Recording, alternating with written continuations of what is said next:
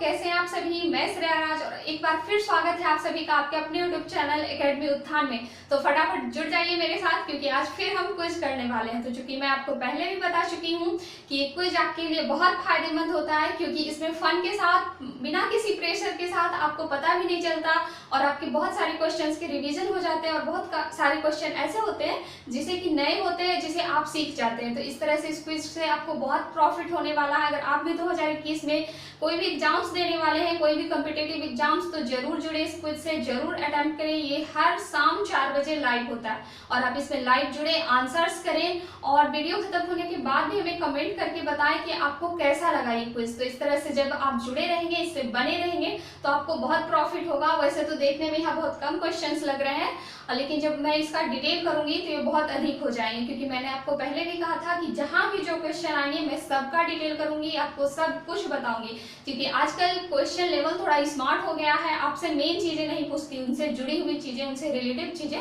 पूछी जाती है। तो इसीलिए आपको थोड़ा स्मार्ट वे में चीजों को हल करना होगा। तो चलिए अब स्टार्ट करते हैं। अगर आप मेरे चैनल पे नए हैं तो चैनल को सब्सक्राइब जरूर कर दीजिएगा, बेल आइकन को प्रेस कर दीजिएगा ताकि जो भी नोटिफिकेशन होगी मेरी वो आप तक सबसे पहले पहुंचे। और उसके बाद पहले तो वीडियो को अंत तक देखिए और उसके बाद अगर अच्छा लगे तो लाइक कीजिएगा, कमेंट करके बताइएगा। तो चलिए सबसे पहले तो मैं कल के 3 क्वेश्चन, चूंकि एक स्टूडेंट ने कहा था मुझे कि मैम कुछ क्वेश्चंस ऐसे दीजिए 2-3 लास्ट में ताकि हम उसे होमवर्क कर सके, यानी कि हमें उससे पता चले कि हमारी तैयारी कितनी मजबूत है। तो ये क्लास तो आप ही के लिए है, आप ही पे टिकी हुई है, तो आपकी हर बात को मानना मेरा कर्तव्य है। तो चलिए इसीलिए मैं 3 क्वेश्चन ऐसे देती हूँ जो कि आप कमेंट करके हमें आंसर्स देते हैं और बताते हैं। तो हमें बहुत अच्छा लगता है कि इस तरह से आप आंसर्स करते हैं। तो चलिए आज पहले इन 3 को डिटेल करते हैं, उसके बाद फिर सारा करेंगे।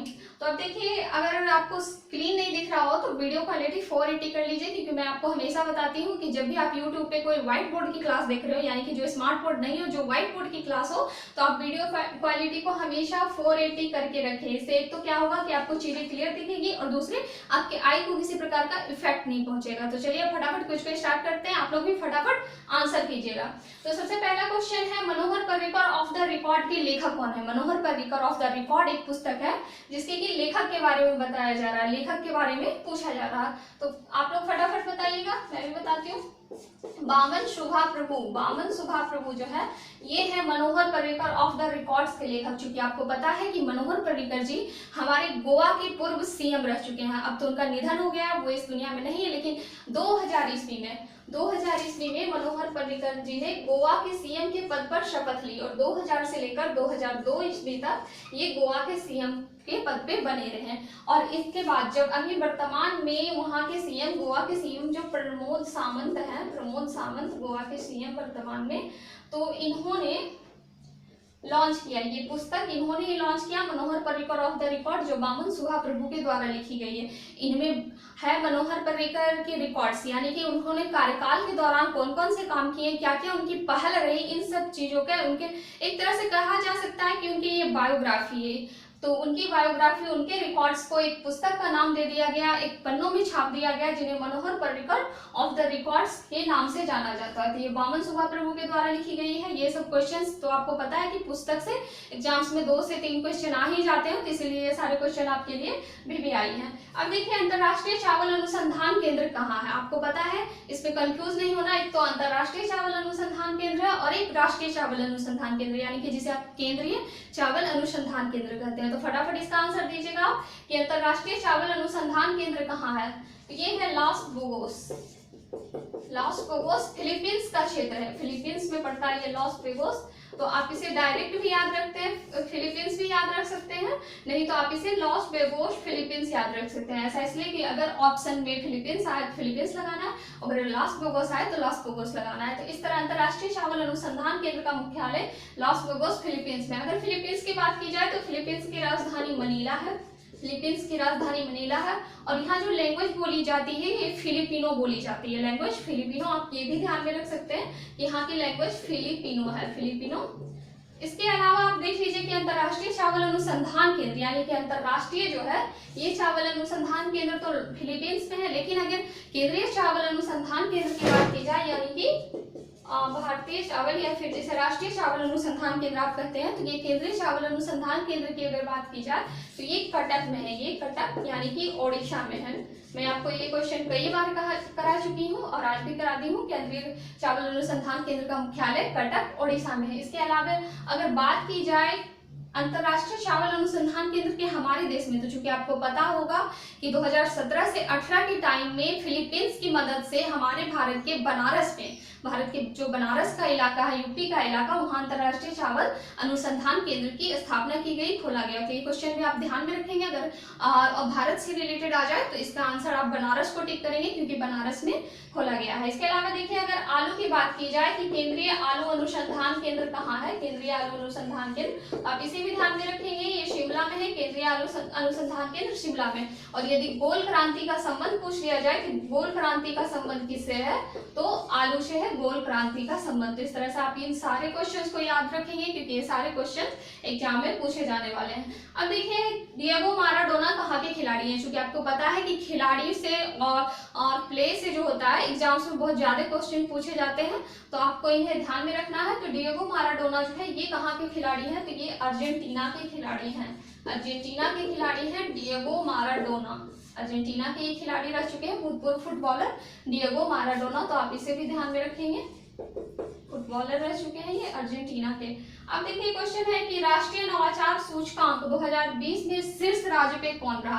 क्योंकि आपको पता होगा कि राष्ट्रीय नवाचार सूचकांक 2020 हर साल जैसे कि एक डाटा निकाला जाता है जिसमें कि शीर्ष राज्य। तो सबसे पहले जान लेते हैं कि ये जो राष्ट्रीय नवाचार सूचकांक है इसे जारी कौन करता है, इसे जारी कौन करता है? तो आपको ध्यान में रखिएगा, इसे नीति आयोग द्वारा जारी किया जाता है। इसे नीति आयोग द्वारा जो जारी किया जाता है। और आपको मैंने नीति आयोग के बारे में बताया था कि इसकी स्थापना 1 जनवरी 2015 को हुई। नीति आयोग की स्थापना 1 जनवरी 2015 को ही।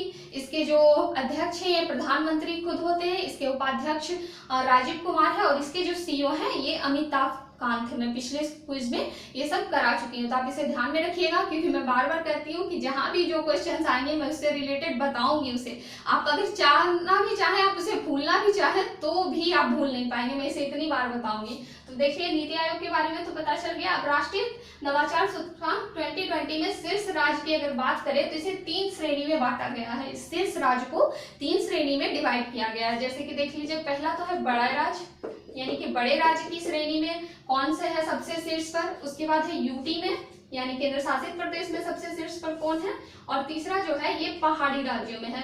यानी कि आपसे यदि क्वेश्चन करे कि राष्ट्रीय नवाचार सूचकांक 2020 में बड़े राज्यों में शीर्ष पे कौन है, तो आप ध्यान में रखेंगे कि ये कर्नाटक है। बड़े राज्यों में कर्नाटक है। और यदि पूछा जाए कि सूचकांक 2020 में यूटी, यानी कि यूटी में बड़े राज्यों में कौन है, तो ये है दिल्ली, यूटी में दिल्ली। और यदि पहाड़ी राज्यों की बात की जाए तो ये हिमाचल प्रदेश है, हिमाचल प्रदेश है। तो आप ध्यान रखेंगे, राष्ट्रीय नवाचार सूचकांक नीति आयोग जारी करता है। इसके अलावा जो 3 बड़े राज्यों में है, जैसे बड़े राज्यों में कर्नाटक, यूटी में दिल्ली और पहाड़ी राज्यों में हिमाचल प्रदेश शीर्ष राज्य की श्रेणी में आते हैं। अब देखिए, 5वां क्वेश्चन है ग्लोबल फायर पावर इंडेक्स में भारत का स्थान। सबसे पहले तो हम ये जानते हैं कि आखिर ग्लोबल फायर पावर इंडेक्स है क्या।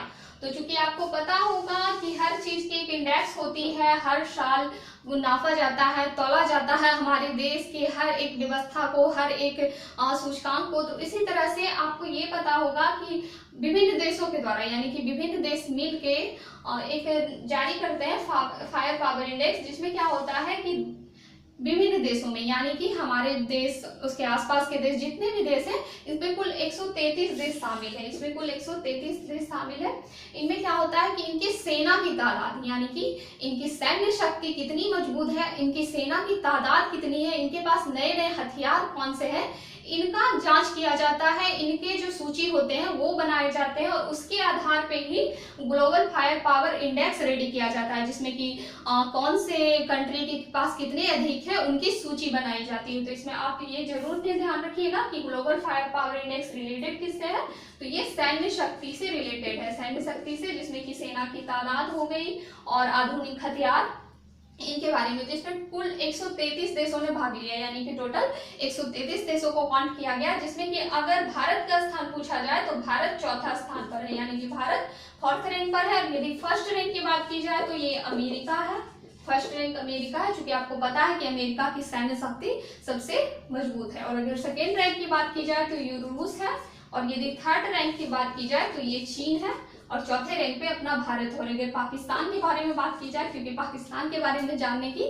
उत्सुकता होती है कि आखिर वो किस रैंक पे है, तो सैन्य शक्ति में वो 10th रैंक पे है। पाकिस्तान 10th रैंक पे है सैन्य शक्ति में, पहला अमेरिका, फिर रूस, चीन, तब अपना भारत। तो इसमें कुल 133 देशों ने भाग लिया है। अब उसके बाद देखते हैं नेल्सन मंडेला विश्व मानवतावादी पुरस्कार किसे मिला। नेल्सन मंडेला विश्व मानवतावादी पुरस्कार किसे मिला। पुरस्कार से तो क्वेश्चन आते आते हैं। तो अगर हम 20 की बात की जाए, यानी कि नेशनल मंडेला विश्व मानवतावादी पुरस्कार 2020 की बात करें तो 2020 में किसे मिला। मैं आपको बताई थी कि अगर आप 2021 में एग्जाम देने वाले हैं तो 2020 से भी क्वेश्चन आएंगे करंट के, और 2021 से आएंगे, तो इसलिए मैं 2020 के भी करा देती हूँ। तो 2020 के जो क्वेश्चन है इसमें विश्व मानवतावादी पुरस्कार रवि गायकवाड़ को मिला। रवि गायकवाड़ को मिला विश्व मानवतावादी पुरस्कार।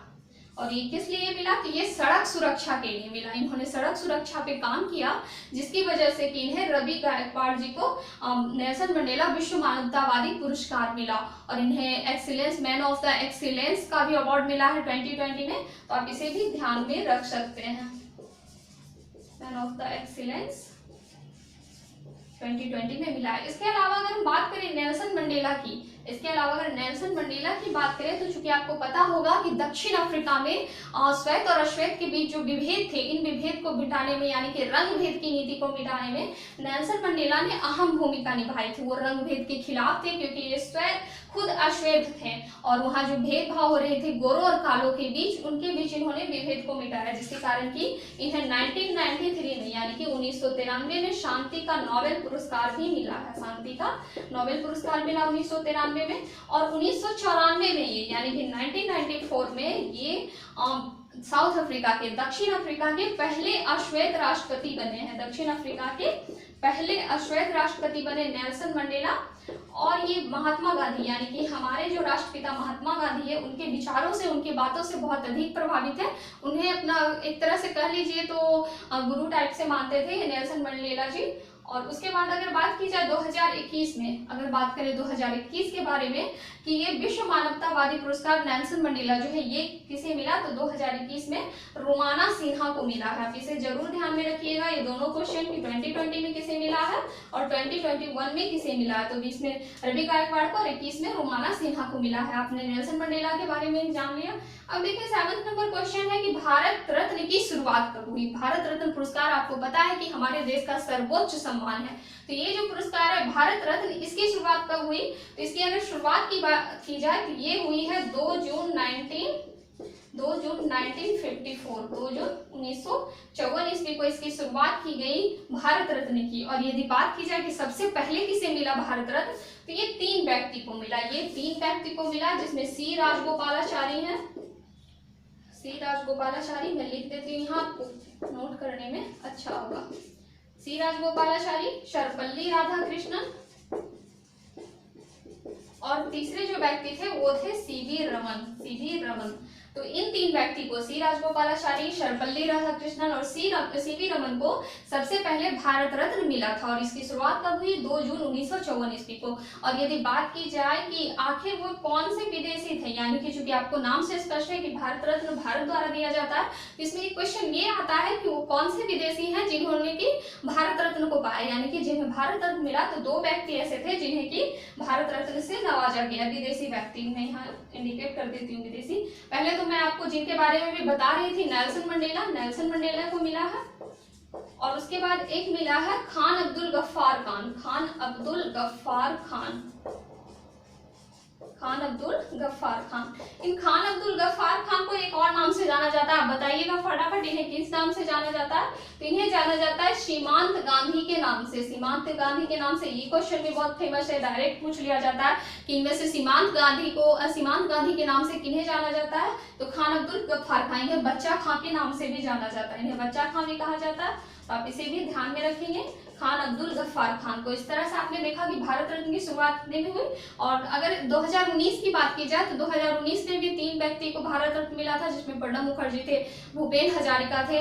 और उसके बाद देखते हैं भारत में सक्रिय ज्वालामुखी। भारत में सक्रिय ज्वालामुखी कौन कौन से हैं? तो चूंकि आपको पता है कि हमारे देश के अंडमान में 2 ज्वालामुखी है, जिसमें कि एक सक्रिय ज्वालामुखी है और एक मृत ज्वालामुखी है। तो हम यदि सक्रिय ज्वालामुखी की बात करें कि भारत में सक्रिय ज्वालामुखी कौन है, तो ये एकमात्र द्वीप है बैरन द्वीप। सक्रिय ज्वालामुखी एकमात्र द्वीप है बैरन द्वीप, जो कि सक्रिय है।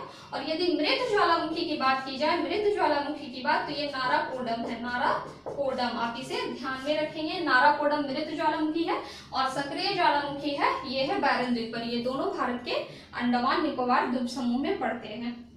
उसके बाद देखिए क्वेश्चन है भारत की पहली महिला अध्यक्ष। इसमें कंफ्यूज नहीं होना है, मैं आपको बताती हूँ। यदि पूछा जाए भारत की पहली महिला अध्यक्ष कौन बनी, तो चूंकि आपको पता है कि 1917 ईस्वी में एनी बेसेंट भारत की पहली कांग्रेस की महिला बनी है। एनी बेसेंट यानी कांग्रेस की पहली महिला अध्यक्ष बनी 1917 ईस्वी में। एनी बेसेंट आयरलैंड की थी। एनी बेसेंट जो थी ये आयरलैंड की थी, इसीलिए इन्हें भारत कांग्रेस की पहली महिला अध्यक्ष का नाम दिया गया। इसीलिए अगर कभी क्वेश्चन ये पूछे कि कांग्रेस की पहली भारतीय महिला, ध्यान से सुनिएगा, कांग्रेस की पहली महिला अध्यक्ष थी एनी बेसेंट। लेकिन यदि बात की जाए कि कांग्रेस की पहली भारतीय महिला अध्यक्ष कौन थी, तो ये जो भारतीय महिला अध्यक्ष थी, जहां भारतीय लग जाएगा तो आपको ध्यान में रखना है कि ये सरोजनी नायडू है। चूंकि आपको पता है कि ये जो थी एनी बेसेंट ये आयरलैंड की थी, तो इसीलिए अगर भारतीय की बात की जाए तो सरोजनी नायडू थी, जिन्होंने 1925 ईस्वी में अध्यक्षता ली कांग्रेस की। एनी बेसेंट ने 2 पत्रिका लिखी है, जो कि आपको ध्यान रखना जरूरी है। एक तो कॉमनवेल्थ पत्रिका है, कॉमनवेल्थ, और एक है न्यू इंडिया। ये दोनों एग्जाम्स में पूछे जाते हैं, आप इसे जरूर ध्यान में रखिएगा। कॉमनवेल्थ और न्यू इंडिया एनी बेसेंट द्वारा लिखी गई पत्रिका है। ये कांग्रेस की पहली महिला अध्यक्ष बनी। अब देखिए क्वेश्चन आता है कांडला बंदरगाह कहाँ है। चूंकि आपको पता है कि बंदरगाह सबसे भी क्वेश्चन आते हैं, तो कांडला बंदरगाह ये कहाँ है, तो आप बताइएगा फटाफट कहाँ है। तो कांडला बंदरगाह गुजरात में है। कांडला बंदरगाह गुजरात में है। चूंकि मैं आपको बताई थी कि गुजरात जो है ये निर्यातक सूचकांक में, यानी कि इंपोर्ट एक्सपोर्ट जिसे आप कहते हैं, आयात निर्यात, तो इस निर्यातक सूचकांक में गुजरात फर्स्ट रैंक पे है। गुजरात फर्स्ट रैंक पे है निर्यातक सूचकांक, यानी कि यहाँ से व्यापार बहुत ज्यादा अधिक माध्यम से होता है, अच्छे तरीके से होता है। तो ये जो कांडला बंदरगाह है ये गुजरात में। और इसका यदि नया नाम की बात की जाए कि कांडला बंदरगाह का नाम बदलकर नया नाम क्या रख दिया गया, तो इसका जो नया नाम है ये है दीनदयाल उपाध्याय बंदरगाह। में यहाँ लिखती हूँ, वहां दिखेगा नहीं, तो दीनदयाल उपाध्याय बंदरगाह, दीनदयाल उपाध्याय बंदरगाह नाम है कांडला बंदरगाह का, और ये गुजरात में है। और यहाँ के जो सीएम की बात की जाए कि अगर गुजरात के सीएम कौन है, तो विजय रूपानी है। वर्तमान में गुजरात के सीएम विजय रूपानी, आप इसे भी ध्यान में रखेंगे। अब देखिए 11वां नंबर क्वेश्चन है बौद्ध संगीति के बारे में। बौद्ध संगीति, कितनी बौद्ध संगीतियां हुई, कहाँ हुई और किसके शासनकाल में हुई, किसके कार्यकाल में हुई, ये क्वेश्चंस आते हैं, बड़े पैमाने पे आते हैं। तो अब देखिए बौद्ध संगीति के बारे में बात की जाए तो टोटल 4 बौद्ध संगीतियां हुई। टोटल कितनी बौद्ध संगीतियां हुई? 4 बौद्ध संगीतियां। अगर पहली बौद्ध संगीति की बात करें कि पहली बौद्ध संगीति किसके कार्यकाल में अब कहाँ हुई थी, तो ये राजगृह में हुई थी। पहली बौद्ध संगीति राजगृह में हुई थी, जिसे आप राजगीर के नाम से भी जानते हैं। और ये अजातशत्रु के शासनकाल में हुई थी। अजातशत्रु के शासनकाल में राजगृह में पहली बौद्ध संगीति हुई थी। और यदि दूसरी बौद्ध संगीति की बात की जाए तो ये हुई थी कालाशोक के शासनकाल में, कालाशोक के शासनकाल में। और ये कहाँ हुई थी, तो ये वैशाली में हुई थी। वैशाली में दूसरी बौद्ध संगीति हुई थी कालाशोक के शासनकाल में। और यदि तीसरी बौद्ध संगीति की बात करें तो ये हमारे पाटलिपुत्र में, जिसे कि पटना के नाम से आप जानते हैं, तो पाटलिपुत्र के समय में हुई थी। और ये अशोक प्रियदर्शी के नाम से भी अशोक जाने जाते थे, इनका उपनाम कह लीजिए एक तरह से था। तो ये अशोक के शासनकाल में हुआ पाटलिपुत्र। और चौथे बौद्ध संगीति की बात की जाए तो ये कश्मीर के कुंडलवन में, ये कश्मीर के कुंडलवन में हुआ। और ये किसके शासनकाल में हुआ? ये कनिष्क के शासनकाल में हुआ। ये कनिष्क के शासनकाल में हुआ, कश्मीर के कुंडलवन में। अब ये अगर चौथे बौद्ध संगीति से एक क्वेश्चन पूछे जाते हैं कि इसके अध्यक्ष और उपाध्यक्ष का नाम बता, तो इसके जो अध्यक्ष थे चौथे बौद्ध संगीति के, ये थे वसुमित्र इसके अध्यक्ष थे। और उपाध्यक्ष की बात करें तो उपाध्यक्ष थे अश्वघोष। तो आपको ये सारे क्वेश्चन याद रखना है कि टोटल 4 बौद्ध संगीति हुई। राजगिरी में पहला हुआ जो अजात शत्रु के शासनकाल में, दूसरा वैशाली में कालाशोक के शासनकाल में, तीसरा पाटलिपुत्र में अशोक के शासनकाल में, चौथा कश्मीर के कुंडलवन में कनिष्क के शासनकाल में, जिसके कि अध्यक्ष थे वसुमित्र और उपाध्यक्ष थे अश्वघोष। और इसी चौथी बौद्ध संगीति में बौद्ध धर्म दो यानों में बट गया, यानी कि बौद्ध धर्म दो भाग में बट गया, जिसे आप हीनयान और महायान के नाम से जानते हैं। तो उसके बारे में भी आगे पढ़ेंगे, जब हम हिस्ट्री पढ़ेंगे तो डिटेल से इन सारी चीजों को पढ़ेंगे। गौतम बुद्ध, महावीर, उनके द्वारा किए गए कार्य, उनके क्या क्या महापरिनिर्वाण, जन्म, इन सब के बारे में हम पढ़ेंगे, डिटेल से पढ़ेंगे। तो उसके बाद देखिए जनधन योजना से क्वेश्चन आते हैं। तो जनधन योजना कब हुआ इसके बारे में जानते हैं। तो ये 28 अगस्त, जनधन योजना 28 अगस्त 2014 ईस्वी को हुआ। जनधन योजना 28 अगस्त 2014 ईस्वी को तत्कालीन प्रधानमंत्री जो नरेंद्र मोदी जी जो है, इन्हीं के द्वारा स्टार्ट किया गया 28 अगस्त 2014 ईस्वी को जनधन योजना। और यदि बात करें इसकी, तो ये वित्तीय समावेश की सबसे बड़ी योजना है। जनधन योजना वित्तीय समावेश की सबसे बड़ी योजना है अब तक की। और यदि इसमें अभी की बात की जाए कि वर्तमान समय में, तो इसके 40 करोड़ प्लस लोगों को लाभ मिल चुका है, यानी कि 40 करोड़ से प्लस लोगों ने इससे में बैंक में खाता खुलवाया जनधन योजना के तहत। अब देखिए आईपीएल के फ्रेंचाइजी क्रिकेट से संन्यास लेने वाले सफल गेंदबाज कौन बने हैं। आपको मैंने आईपीएल के बारे में कल कुछ क्वेश्चंस कराए थे और आज भी करा रही हूँ। तो आईपीएल के जो फ्रेंचाइजी क्रिकेट से संन्यास लेने वाले सफल गेंदबाज ये कौन थे। तो ये है लसिथ मलिंगा, मैं यहाँ लिख देती हूँ, लसिथ मलिंगा। आप इन्हें जानते होंगे, कर्ली कर्ली हेयर, ब्राउन बहुत देखा होगा क्रिकेट में। तो ये लसिथ मलिंगा जी जो है, यही थे सफल गेंदबाजी करते थे, जिन्होंने कि हाल ही में फ्रेंचाइजी क्रिकेट से संन्यास ले लिया। और अगर बात की जाए कि ये कहाँ के थे, तो ये श्रीलंका के थे लसिथ मलिंगा। और ये मुंबई इंडियंस टीम से रिलेटेड थे, यानी कि मुंबई इंडियंस टीम की तरफ से थे ये, और इन्होंने संन्यास ले लिया। और यदि श्रीलंका की बात की जाए कि अभी वर्तमान में श्रीलंका में राष्ट्रपति कौन है, प्रधानमंत्री कौन है, तो वहाँ भाई की सरकार है। यानी कि अगर देख लीजिए, आप ही को पता चल जाएगा कि क्यों उन्हें भाई की सरकार कही जाती है। तो राष्ट्रपति जो है वो है गोटा राजपक्षे। श्रीलंका के राष्ट्रपति गोटा राजपक्षे है। और श्रीलंका के यदि प्रधानमंत्री की बात की जाए तो ये महिंद्रा राजपक्षे, इसीलिए इन्हें भाई की सरकार कही जाती है। इसके अलावा पाक जल संधि भारत और श्रीलंका के बीच में ही है। कुछ लोग पाक जल संधि का नाम सुन के उन्हें लगता है कि ये पाकिस्तान के बीच है, लेकिन आपको पता होगा कि इस तरह से ये हमारा भारत है और यहाँ पे श्रीलंका है, और इन्हीं के बीच यहाँ पे पाक जल संधि है भारत और श्रीलंका के बीच। इसके अलावा युद्ध अभ्यास में भारत के बीच मैंने आपको बताया था। अब देखिए चौथा नंबर क्वेश्चन है कि विश्व आर्थिक मंच 2020 की शीतकालीन बैठक कहाँ हुई। विश्व आर्थिक मंच, वर्ल्ड इकोनॉमिक फोरम जो होता है, इसमें 2020 की शीतकालीन बैठक कहाँ हुई, तो ये हुई दावोस स्विट्जरलैंड में। अब यदि इससे इंपॉर्टेंस की बात की जाए कि आखिर ये इतना क्यों इम्पोर्टेंट है विश्व आर्थिक मंच 2020 की शीतकालीन बैठक, तो आपको पता होगा कि हमारे देश की एक अभिनेत्री दीपिका पादुकोण को इस फोरम में, इस आर्थिक मंच में क्रिस्टल अवार्ड दिया गया दीपिका पादुकोण को। इसी में मैं यहाँ लिख देती हूँ, क्रिस्टल अवार्ड मिला है दीपिका पादुकोण को इसी वर्ल्ड इकोनॉमिक फोरम 2020 की शीतकालीन बैठक जो दावोस स्विट्जरलैंड में हुई थी। और इन्हें क्यों मिला, तो सामाजिक कार्य के लिए, यानी कि समाज में जागरूकता फैलाने के लिए।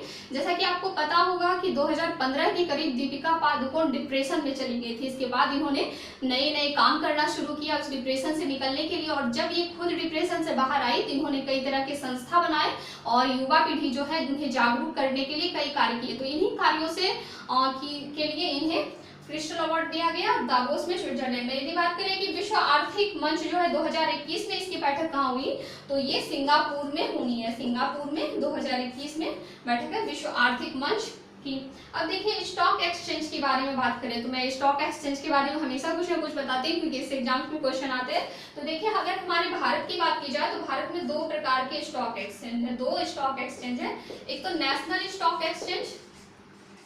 स्टॉक एक्सचेंज और दूसरा है बॉम्बे स्टॉक एक्सचेंज। इसमें जो ये बॉम्बे स्टॉक एक्सचेंज है ये ज्यादा फेमस है क्योंकि बहुत पुराना है, ये सबसे पुराना यानी एशिया का सबसे पुराना स्टॉक एक्सचेंज की अगर बात की जाए तो ये बॉम्बे स्टॉक एक्सचेंज। और इसकी स्थापना जो हुई 1875 ईस्वी में हुई।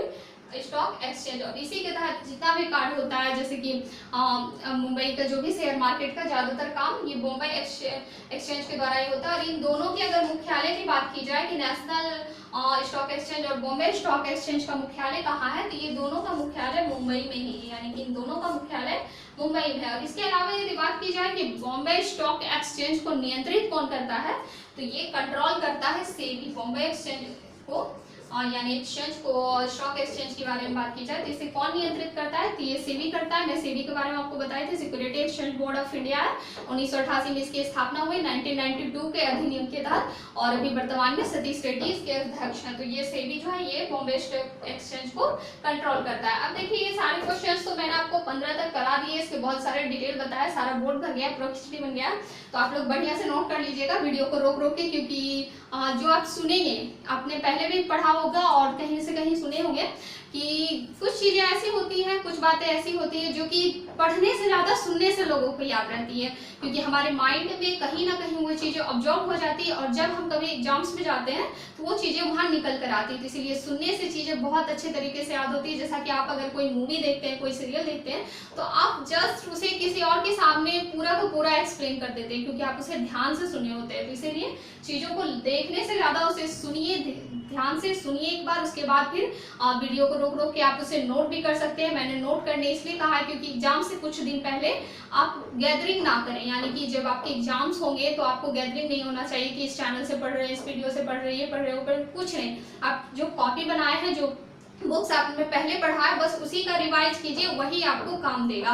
क्योंकि कहा जाता है ना, practice makes a man perfect, यानी कि आपको प्रैक्टिस करने की अधिक से अधिक जरूरत है, रिवाइज करने की अधिक से अधिक जरूरत है। 10 बुक की जगह एक बुक को ही आप 10 बार पढ़ें। तो इसी तरह से मैं इसीलिए आपको हमेशा कहती हूँ कि नोट करें। तो इस तरह से मैंने ये सारा क्वेश्चन कर दिया। आप देखिए आपके लिए 3 क्वेश्चन होमवर्क, जिसको आपको कि कमेंट बॉक्स में जिसका जवाब देना है। तो पहला क्वेश्चन है, young champion of the earth पुरस्कार 2020 किसे मिला? Young champion of the earth पुरस्कार 2020 किसे मिला, तो ये आपको बताना है। उसके बाद है रिपोर्टिंग इंडिया के लेखक कौन है, ये भी आपको बताना है।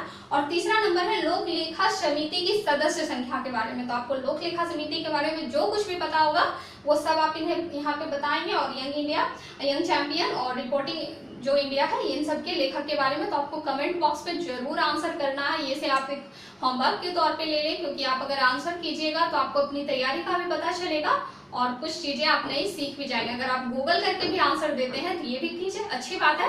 इसलिए क्योंकि कम से कम उस गूगल को करने में आपको आंसर तो मिल जाएगा, आंसर तो याद हो जाएगा। इसीलिए आप जरूर इसका आंसर करें, जरूर कमेंट करके बताओ। ये भी बताइएगा कि आपको वीडियो कैसा लगा। तो चलिए धन्यवाद, इसे आपने अंत तक देखा। और अगर चैनल को अभी तक आपने सब्सक्राइब नहीं किया होगा तो जरूर सब्सक्राइब कर लें। और अभी इस पैंडेमिक के टाइम में घर पे रहिएगा, सुरक्षित रहिएगा, अपने और अपने परिवार का ख्याल रखिएगा। जय हिंद, धन्यवाद।